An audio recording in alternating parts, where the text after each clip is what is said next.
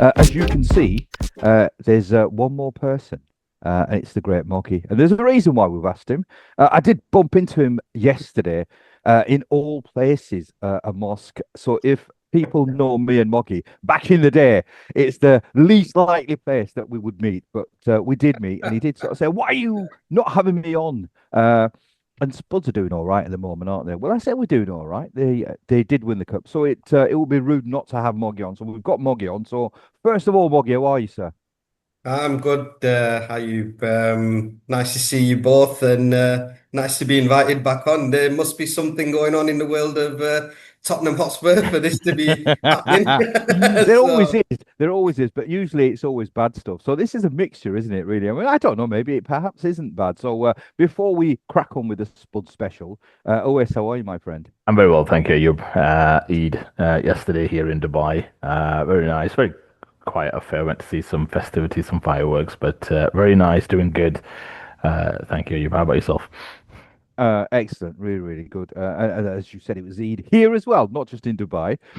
So we had a really, really good day with the family, uh, some friends as well. So it was a really, really nice day. Moggy, you were in Blackburn. You live in Preston, my old town or city as it is now. So how was your day? yeah, pretty much the same, really. Family, visiting different houses, eating a lot, Yeah, I and can see. that's about it. Right, okay, right. We'll crack on. Time is pressing. But obviously we've got Moggy on for a reason. Spuds have they've had quite a dramatic few weeks. But before we start, I'm gonna say something, OS. Remember when we had that sort of pre Europa Cup preview? And I sort of said that even if Spuds win, I'm pretty confident that they'll get rid of Ange and likely candidate for the manager for Spurs will be Thomas Frank. And it almost seems to be that I was quite prophetic. So I'll let you sort of speak now on this, Moggy. But it's been a dramatic few weeks, hasn't it? And obviously culminating yesterday in the big Ange getting the chat. So what's your thoughts? First, talk about the game and how you felt, and talk obviously about what's happened to Ange. Yeah, so like you said, it's been a very dramatic, an interesting few weeks at the football club that I have supported for 30 plus years. And it culminated a couple of Wednesdays ago with us winning a European Cup. It was a strange feeling because yeah, I've not experienced us winning a major trophy. I've experienced us winning a couple of the Carling, Carabao Milk, or Rumbelows Cup, or whatever it's known as. But to win a major European final was something I've never experienced in my lifetime of supporting Tottenham, and it was a pretty surreal moment. And yesterday, when I met you in, the religious establishment that we were both in, Ange had not been sacked at that Hmm. point.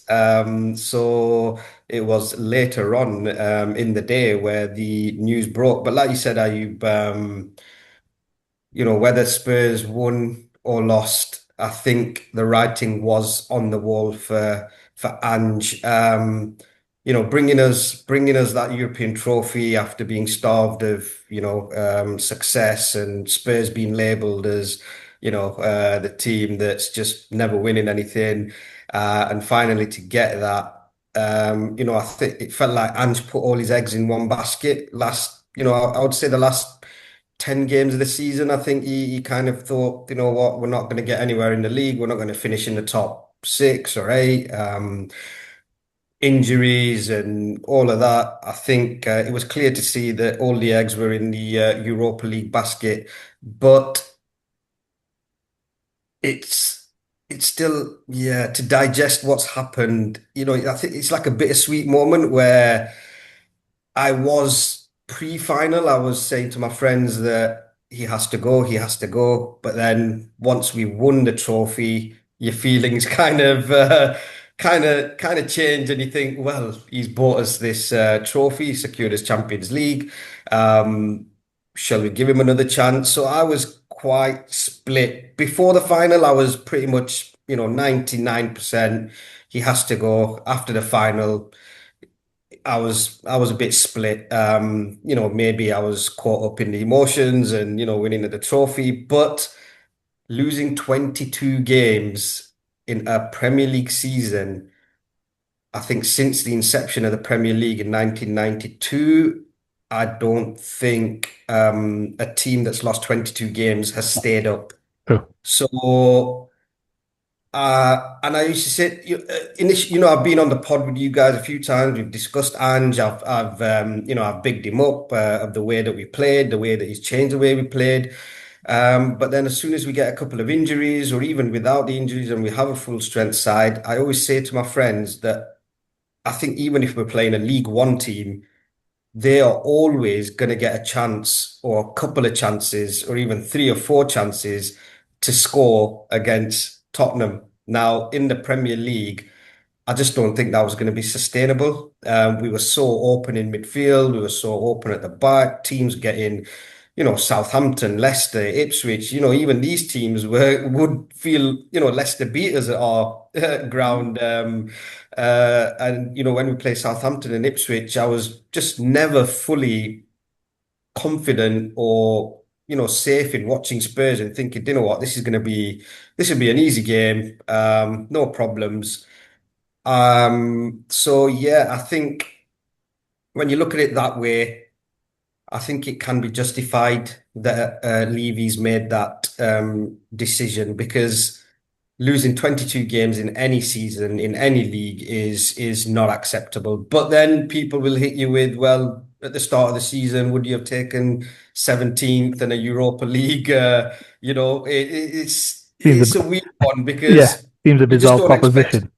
Yeah, you just don't expect Spurs to finish 17th. We literally finished one place above the relegation zone. And I think we were lucky that the three teams below us it's probably been the poorest three teams that, the Premier League has Well, since the seen. season before, when it was quite a poor bottom three Yeah, as well. I but mean, it just is. It's the gulf between the Championship and Premier League is so great now that really yeah, it's almost as a certain guarantee now that even a team. I mean, that just sort of. I think when you sort of said that you've lost 22 games, but you were still quite comfortable above the bottom three. That just shows the gulf between the two.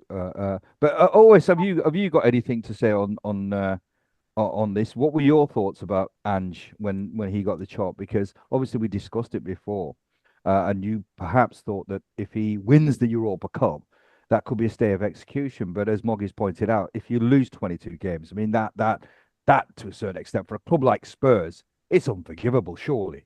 Yeah, I mean, my overriding thought, you started this podcast by giving yourself multiple pats on the back regarding how you regarding how you thought this would go, but you forget one of your old adages where you always tell me that football's about pots and cups, but it clearly isn't.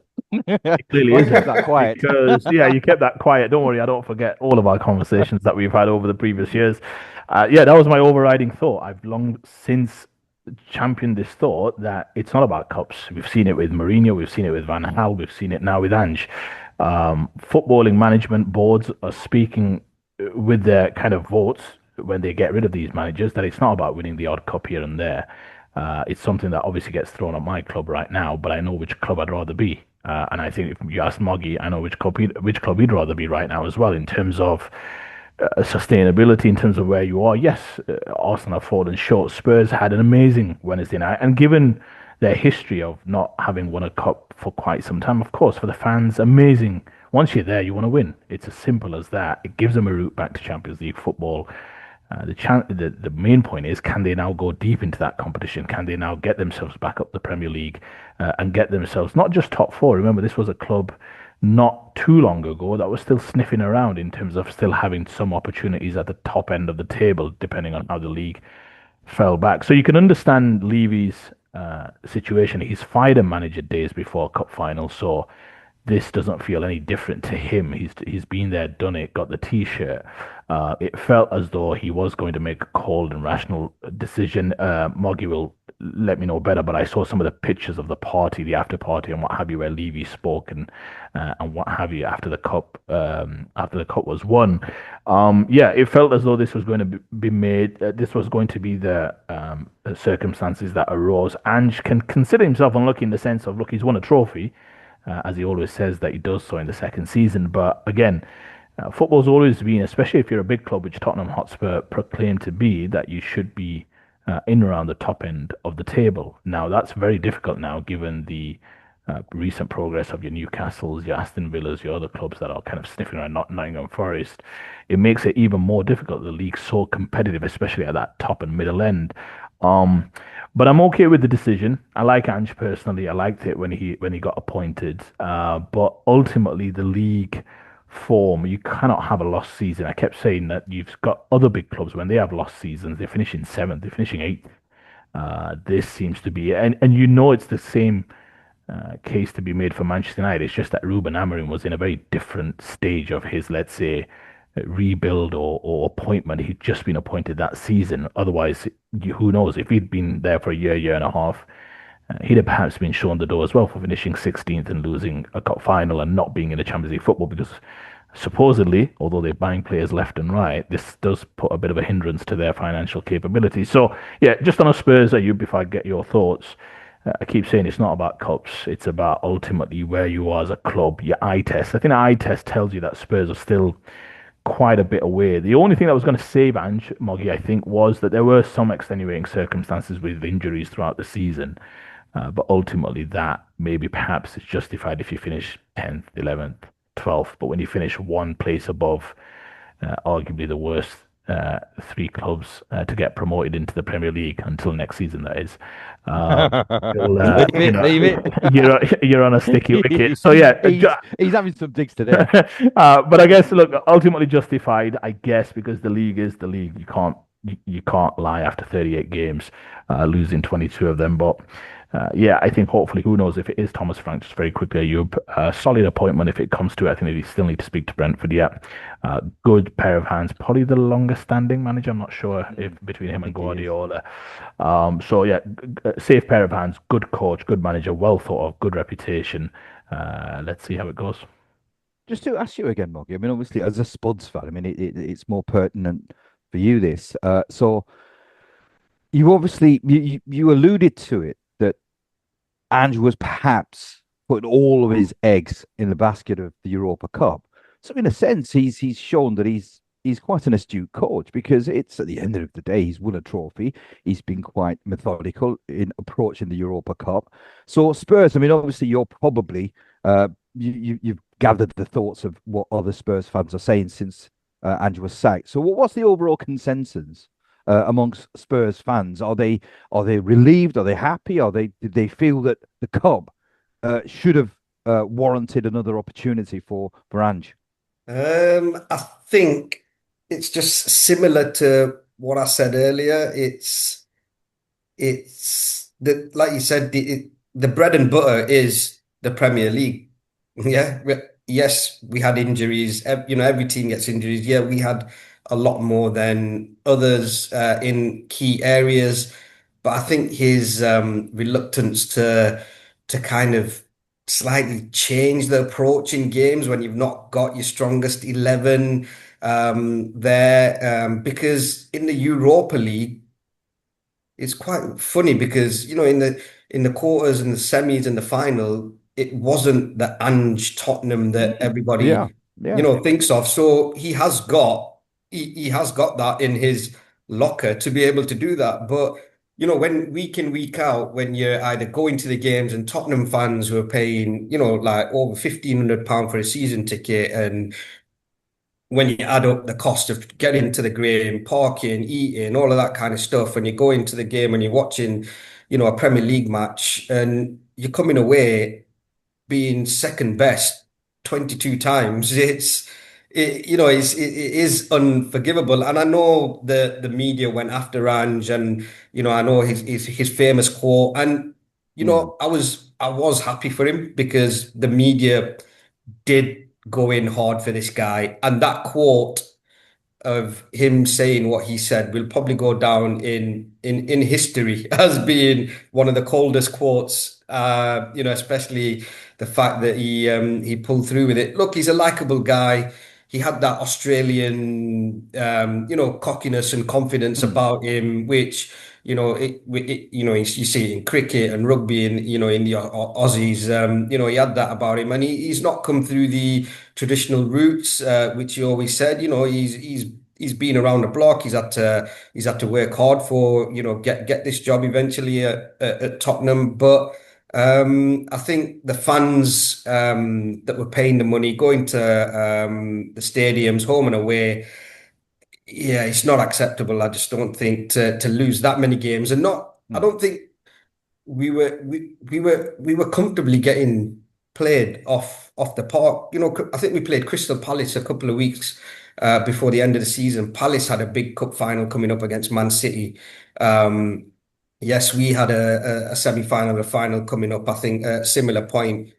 Palace played pretty much their strongest team and they wiped the floor with us. They absolutely wiped the floor with us when Glasner could have, he could Yeah. have rested players and he could have like got players to hold back. And at our ground, it could have been 5-6 in that game. And I think Spurs fans were just thinking, what is going on here? Like we're just turning up to games and like teams are just they're just walking all over us.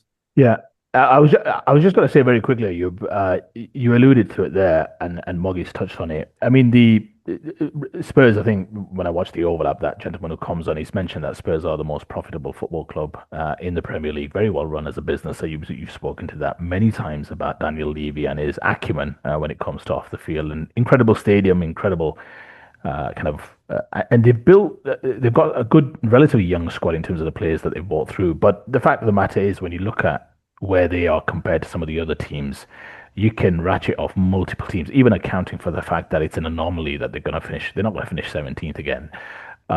They're still a long way behind if you look at just the top level players that you need across the board. And some of them haven't come through for them in terms of personnel. But I think that's what Daniel Levy is focusing on. He's thinking, well, we're not going to make too many inroads in the Champions League, clearly. We're a long way away in terms of getting deep into that competition. And if our only route of Champions League qualification is next year, and who knows, is it 4 spots, 5 spots, who knows? He's probably thinking we're a long way short. So if I don't change something, that's another season I'm losing, according to, I think, himself. Now, That's a good point you make, Lewis, because I think he's probably thought United won the FA Cup against City, and I think that put pressure on the board to potentially keep Ten Hag on longer than they would have. They then let him spend money in the summer on players, and then ended up sacking him 2-3 months into the season, and then they were in limbo. So would that have come into Levy and the board's thinking that do we risk letting Ange do a similar thing? yeah, and I guess the sad thing here is, in some ways, he's made the decision before the cup final, hasn't he? Because if anything, the cup final winner, is going to make the decision harder. But yet, the Mm. decision's already made based on his league performance. Nothing that happened on that Wednesday when they beat Manchester United hindered his chances of staying on. So clearly, the decision somewhat was made. They spoke about it in their statement about making an unemotional statement, unemotional decision. I think was the word that they used. I thought it was a very classy statement from Ange yesterday, actually, when he did kind of break cover. To speak about, how proud he was of the players, the staff, and all the rest of it. I think he does leave with his head held high. Look, a couple of seasons, I always feel it's difficult at any football club. I think 2 years is perhaps not enough. And if you show some signs of progress, which I think, weirdly enough, he did in his first season compared to his second, so it's probably just unfortunate that he probably got away with a shaky first season and then kind of progressed in his second season. It's probably gone the other way around, where there was a lot of optimism at the start, now perhaps not so much. And it just goes to show, like I said, that it's not just uh, cup competition wins or what have you, probably going to be judged in terms of, and I always go back to this, it's mainly the eye test. The eye test will often tell you if this club is trending in the right direction or not. You can account for a few unlucky results here and there, of course you can. But if your eyes tell you that, as Moggy alluded to, that they're getting played off the park in a lot of these games, even games where they've perhaps rescued a draw, even rescued a win, it's the game's in the balance. And if you're a top team, 75-80% of your games, the game can't be in the balance. You've got to be comfortably the most dominant team if you want to finish in the top 3 or 4 positions, which clearly Spurs have designs to. Look, I think he's made a cold and rational decision. It's a tough one. I think time will tell if it'll prove to be a good one. Of course, the only way is up. You would imagine in the league, you would hope. But I think if it is to be, and I'll finish with this, because I won't get your thoughts on Thomas Frank. If it is Thomas Frank, I think that's a pretty solid appointment. We said it would probably be between him and the Bournemouth manager. Maybe Bournemouth not finishing as strongly in the season may have affected his stock somewhat, but I don't know what your thoughts are. But Thomas Frank, steady pair of hands. Brentford had a very good season. Score a lot, concede a lot, so probably fit in nicely with Spurs. But yeah, he's well renowned, isn't he? He's got a good reputation. Who knows, might even be able to bring a player or two. But I think Spurs will move on, and I think Thomas Frank, for the most part, is a solid appointment.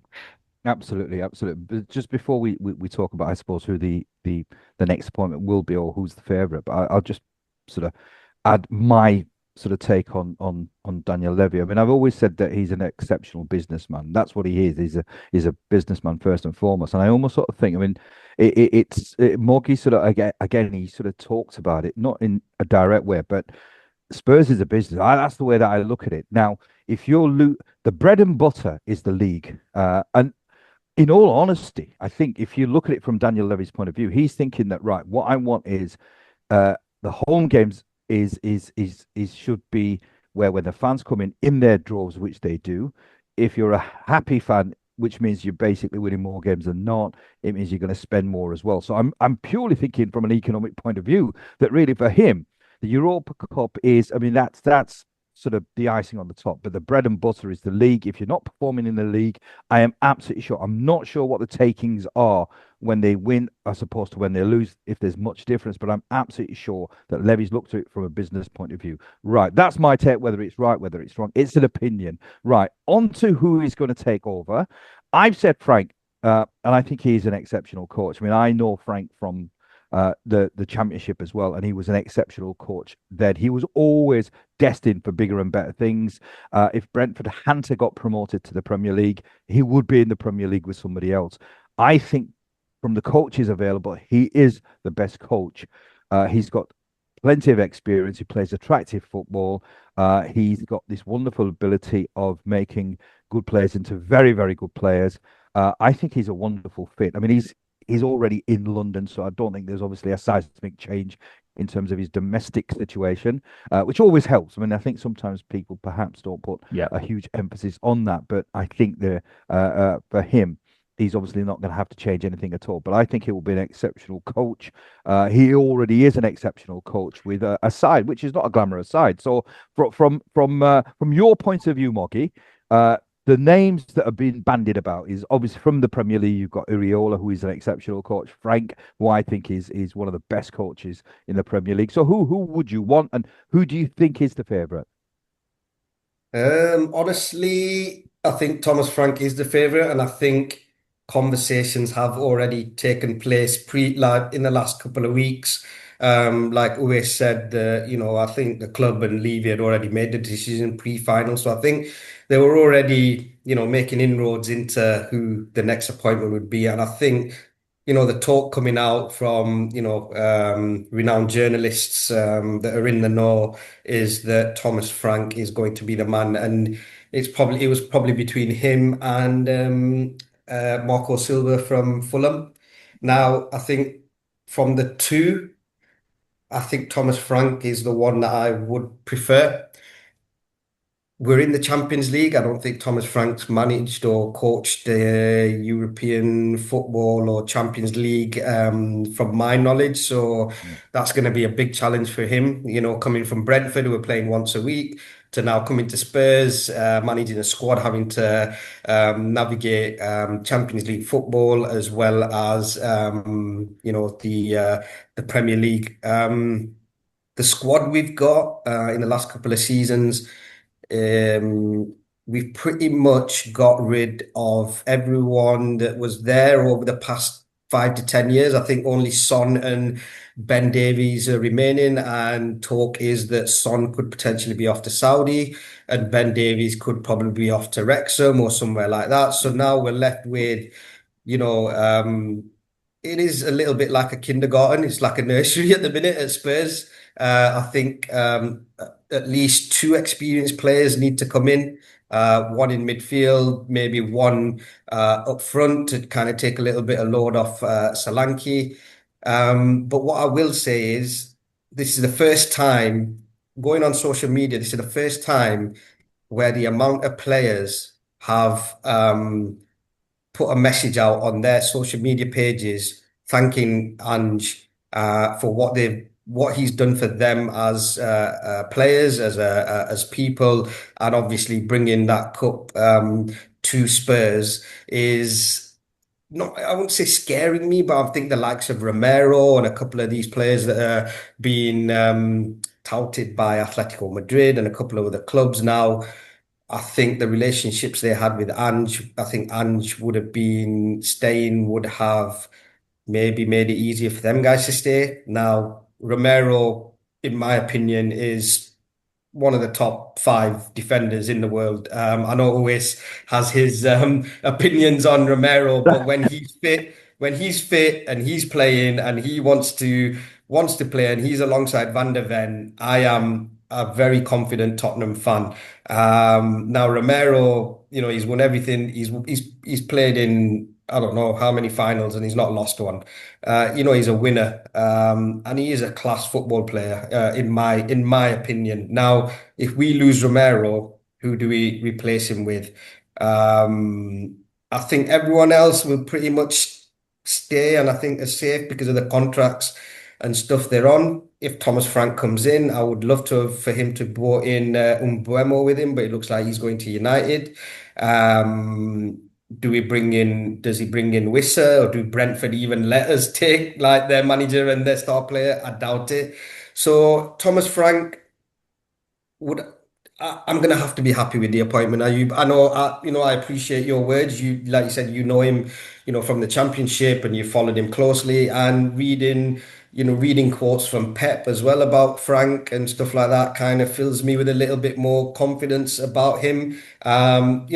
He's made Brentford a very, very Mm. stable Premier League club with, a little small fan base. They're selling their best players every summer. They saw Ivan Toney last year, and they Mm. still managed to Yeah. play good football and compete with the best of teams. So giving him a squad like Tottenham with a few more additions, it could be a good match. The expectations are going to be a lot higher than what they are at Brentford, obviously.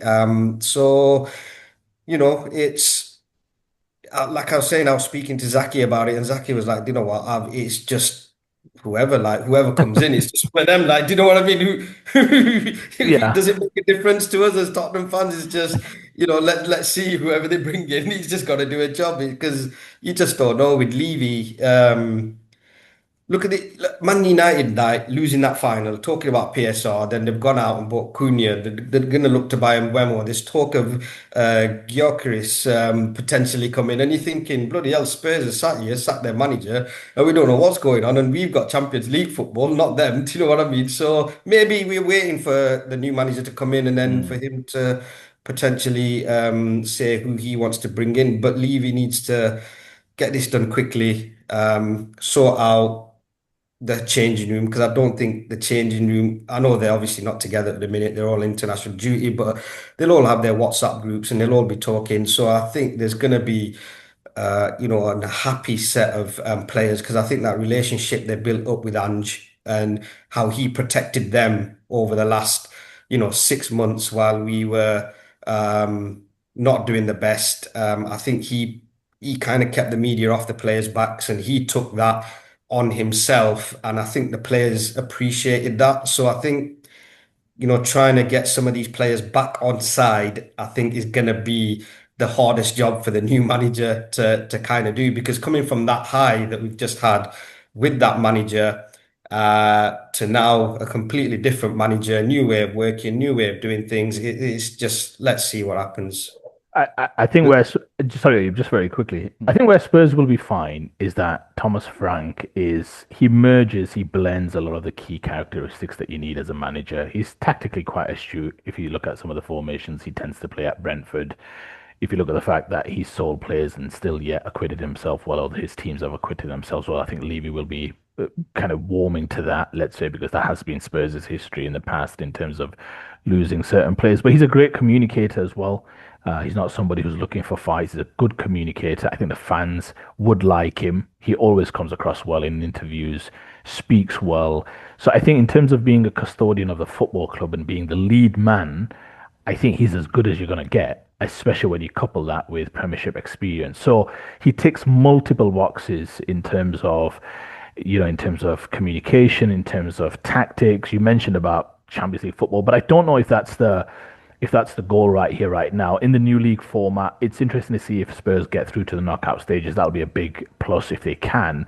But I don't think it's a case of I don't think that's where Spurs' key priorities lie right now. It's about getting themselves back established at the top end of the table. That's the number one key priority, or KPI, as you would say. And I think you can't argue with that. It's not about Champions League because they're not going to win the Champions League anytime soon. It's about getting to become a football club where you're all growing together consistently, as you mentioned, winning more home games than not, to get the fans back on side.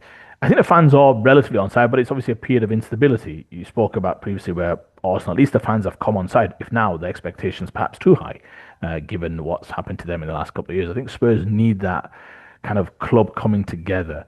And I think Thomas Frank is as steady a pair of hands as you're going to get, as well as offering you hopefully optimism for the future as well. Ayub, Yeah. I know you're a big fan, Ayub. Well, Yeah, well, on that, I know Ayub, you asked me who I would like, and I was taking a liking to Glasner at Palace.